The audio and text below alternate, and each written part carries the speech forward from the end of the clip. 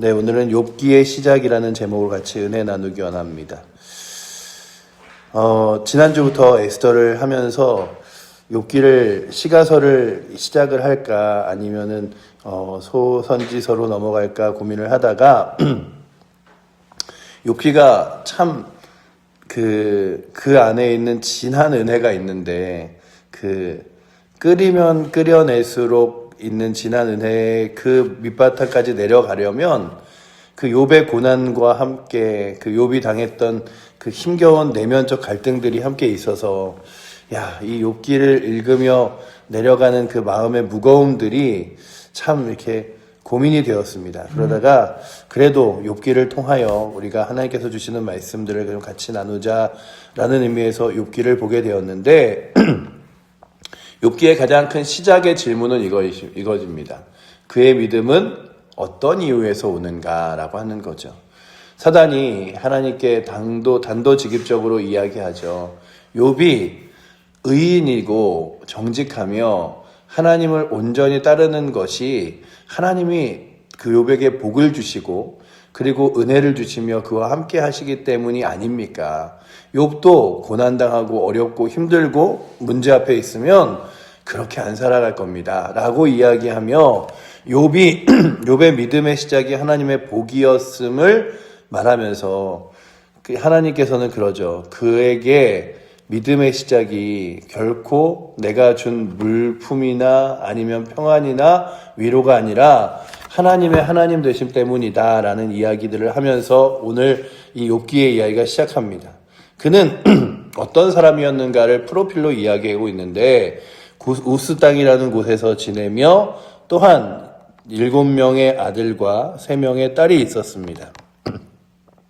그리고 또한 그를 불릴 때마다 무엇이라고 말하냐 하면 그 사람은 온전하고 정직하여 하나님을 경외하며 악에서 떠난 자더라.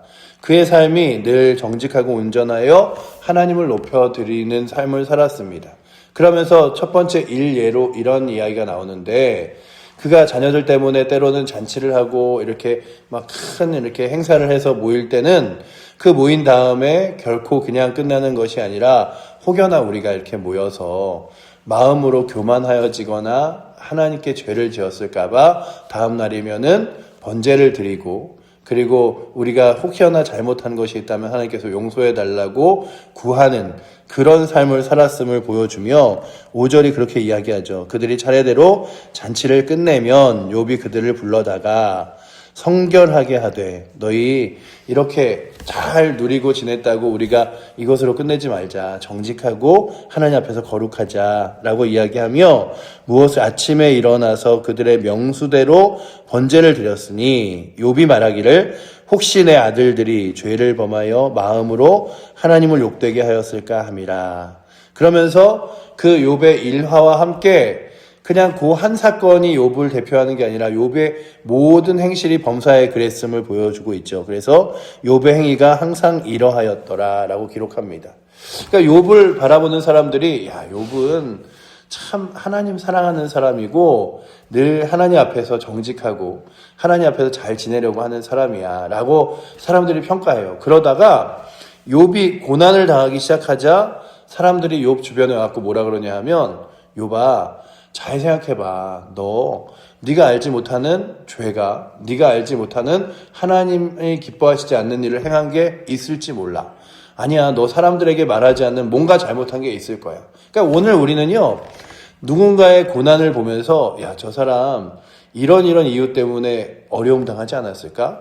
저 사람이 힘겨운 이유는 이런 문제 때문이 아닐까? 이런 생각들을 합니다. 그래서 눈이 보이지 않는 그 맹인으로서 평생을 지낸 자가 이렇게 구걸을 하고 있을 때 예수님의 제자들이 그러죠. 저 사람의 맹인된 것이 저 사람의 죄 때문입니까? 아니면 저 사람의 부모의 죄 때문입니까? 이런 얘기를 물어보면서 그 맹인이 눈이 안 보이는 게 문제가 아니라 분명 그것에는 이유가 있을 거다. 그러니 그 맹인됨에 인하여 분명 부모가 잘못을 했든지 아니면 그가 태어나면서부터 그 잘못한 사람으로 쟤는 원래 잘못된 사람이야 라고 해서 태어났을 거다. 이런 사람들의 선입견이 있어요. 오늘 저희들에게도 누군가의 고난과 어려움을 보면서 야, 저렇게 어려운 거는 분명 이유가 있을 거야. 저렇게 문제가 되는 건 분명 뭔가를 잘못했기 때문일 거야 라고 쉽사리 판단하는데, 오늘도 이 욥기가 보여주는 건 고난과 그의 삶이 어떠한가 상관없이, 그의 상황과 상관없이 그는 하나님 앞에서 정직할 수 있고 온전할 수 있는데, 그것이 어디서부터 기인된 믿음인가를 바라봐야 한다고 이야기합니다. 그러면서 오늘도 우리가 다시금 바라보는 건, 나는 그러면 하나님을 섬기고 따르는 믿음이 무엇 때문인가? 내게 복 주셨기 때문인가? 아니면 내가 평안히 잘 살기 때문인가? 아니면 내 문제를 해결해 주시기 때문인가? 하나님은 하나님의 살아계심을 믿기에, 하나님이 온천하와 온 세상을 다스리시는 분이심을 믿기에 나는 하나님을 섬기는가? 라는 질문들을 해보면서 이 욥기가 마지막으로 보여주는 건 하나님을 따르는 자들의 심령 가운데 하나님을 어떻게 만나고 보아야 하는가를 대변해 주고 있습니다. 또한 뜻하지 않는 고난과 어려움과 힘겨움 앞에서 우리는 어떤 믿음을 끝까지 지켜야 하는가도 보여주고 있습니다. 그러니 오늘 말씀을 통하여 믿음이라는 것에 대하여 깊이 생각해 볼 뿐만 아니라 누군가를 바라볼 때 그의 삶의 환경이나 아니면 잘되고 잘못됨이 아니라 그냥 그가 힘겹고 어려울지라도 그의 곁에 하나님이 계시면 복되고, 그가 이 땅 가운데 우리가 바라보기에는 막 비루하고 비천한 인생 같아도 그에게 하나님 살아계심을 깨달으면 은혜임을 바라보며 나아가야 되는데, 저희가 그렇죠. 똑같은 시대와 똑같은 상황을 살아도 지금 우리가 사는 것과 저 아프리카에서 사는 것은 완전 다르죠. 아주 가깝게는 우리나라와 저 북녘 땅에 사는 환경이 너무나 다릅니다. 그래서 오늘 우리는 고민을 할 때 이런 고민을 하죠. 많이 먹지 말아야 돼. 이렇게 또 저녁에 밀가루, 쌀 이런 거 먹어서 괜히 살찌우면 안 돼. 막 이러잖아요. 그런데 우리가 여기서 자동차를 타고 한 5시간만 가면 저 북녘 땅에 있는 사람들은 뭘 걱정하냐 하면 쌀밥 한번 먹어봤으면 좋겠다. 내일 배고프지 않았으면 좋겠다. 이런 것들이잖아요. 저 북녘 땅에서 넘어가고 탈북하신 분들이 늘 이야기하는 게 뭐냐 하면 희망이 없는 절망이 가장 그들에게 괴로웠다 그래요.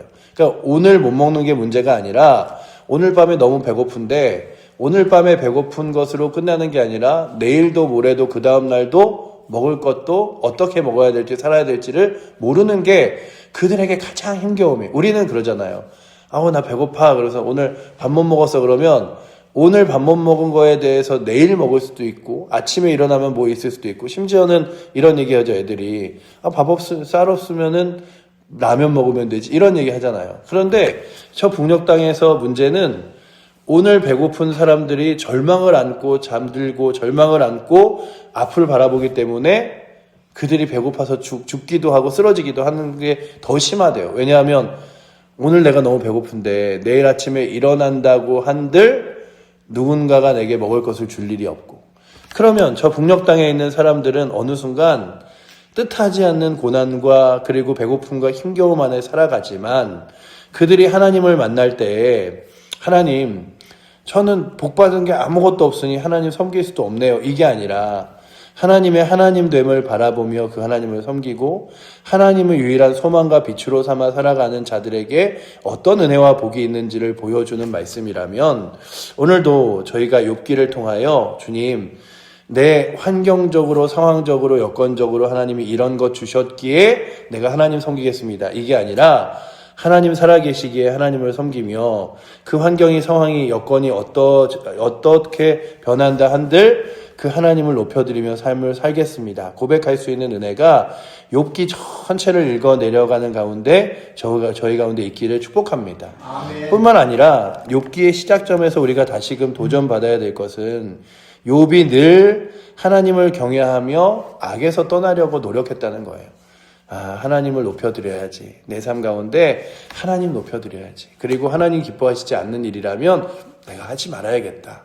이런 마음으로 살았어요. 뿐만 아니라 그 마음이 사람들에게 내가 사람들에게 정직하게 보여. 요즘에 가장 큰 문제가 그거잖아요. 누군가에게는 정직하고 착하게 보여지려고 하지만 내 내면은 그렇지 않은 거잖아요. 사람들에게 포장은 아주 괜찮은 듯 잘 하지만 저 이면에 있는 내 내면은 그렇지 않은 게 문제다. 근데 욥은 그랬어요. 내가 하나님 앞에서 정직하고 선하게 살아가지만 진짜 내 속에 있는 마음들도 하나님 앞에서 정직하면 좋겠다. 그래서 그 자녀들을 불러 모아놓고 우리가 심중에서 마음에서 교만하여 하나님과 하나님 앞에 죄 지은 게 있을지 모르니 우리가 하나님 앞에 예배하자. 그리고 그렇게 늘 살아갔음을 고백하고 있습니다. 그런 사람들에게도 때로는 고난이 어려움이 찾아올 수 있습니다. 뿐만 아니라 누군가는 당신이 하나님을 섬기는 이유는 당신이 결혼도 하고 자녀도 있고 그리고 삶도 살아가고 어렵지 않기 때문이라고 반문할 수도 있습니다. 그러나 그럴 때마다 주님, 내 마음속에 믿음이 어디서 시작되는지를 잘 돌아보고 내 주변에 주신 환경과 상황 때문이 아니라 하나님이 살아계심 때문이고 주 예수 그리스도께서 날 위해 십자가에 돌아가셔서 하나님 나라 거룩한 소망을 가졌기 때문임을 내가 분명히 확신하게 하셔서 오늘도 먼저 감사한 것이 주님 저에게 좋은 집과 평안함과 그리고 또한 내일 먹을 양식과 이런 것이 감사의 우선이 아니라 하나님을 깨닫게 하시고 알게 하시고 또한 주 예수 그리스도를 통하여 구원하신 은혜를 먼저 감사하며 나아갈 수 있도록 주여 나를 붙들어 달라고 구하는 은혜가 오늘도 이 욥기를 바라보는 은혜 가운데 있기를 원합니다. 그리하여 때로는 우리 가운데 늘 그렇잖아요. 가지 많은 나무에 바람 잘 날 없다고 우리의 인생에 문제와 어려움은 그냥 어느 순간 예고하고 내일부터 어려울 거야, 모레부터 어려울 거야 이러는 게 아니라 갑작스럽게 우리의 삶에 어려움이 문제가 힘겨움이 찾아올 때 사람들이 다 대답하는 질문하는 게 그거죠. 왜 하나님 납니까? 하나님 왜 내게 이런 일이 있습니까? 그런데 그런 이 문제 앞에서도 하나님은 늘 그냥 내 문제와 상관없이 하나님 되시고 신실하시구나를 바라보며 하나님을 섬길 수 있는 은혜가 오늘도 욥기를 또 읽어 내려가는 저희들에게 있어서 우리 모든 칠보제일교회 성도들이 하나님 되심을 섬기며 또한 높여드리며 나아갈 수 있는 은혜가 있기를 축원합니다. 기도하겠습니다. 사랑의 하나님 감사합니다. 참 하나님 앞에서 크게 복받은 욥이라는 인물이 있었습니다. 그리고 그의 삶 가운데 이제 사단이 그를 뒤흔들 여러 가지 계략들을 짜고 있음을 오늘 본문을 통하여 보았습니다. 아버지 하나님, 우리의 믿음의 시작점이 하나님께서 주신 여러 가지 복과 누림입니까? 아니면 하나님의 하나님 되심입니까? 또한 우리가 하나님을 통하여 얻을 수 있는 많은 것들이 있기에 믿음의 길을 걸어갑니까? 아니면 주 예수 그리스도가 우리를 구원하신 그 은혜 그리고 그 손길이 너무나 크기에 이 땅 가운데 있는 어떠한 환경이 아니라 주님 때문에 또한 믿음으로 걸어갑니까? 주님 우리의 내면을 잘 살피게 하사 때로는 환경이 어려워도 상황이 어려워도 그리고 또한 우리의 여건이 때로는 힘겹고 어려워진다 할지라도 동일하게 하나님 의지하며 붙들 수 있도록 하나님만을 신뢰할 수 있도록 우리의 믿음을 붙들어 주시고 또한 아버지 하나님 고난 가운데 있는 성도들이 그 고난이 죄 때문과 또한 누구의 잘못 때문이 아니라 때로는 그런 고난 앞에 설 수도 있음을 바라보며 믿음 흔들리지 않고 믿음으로 걸어갈 수 있도록 주여 우리를 붙들어 주셔서 욥기를 통하여 더 깊은 믿음으로 한 걸음 더 나아갈 수 있도록 주여 우리를 붙들어 주시옵소서. 우리를 사랑하시는 살아계신 예수 그리스도 이름으로 기도드립니다. 아멘.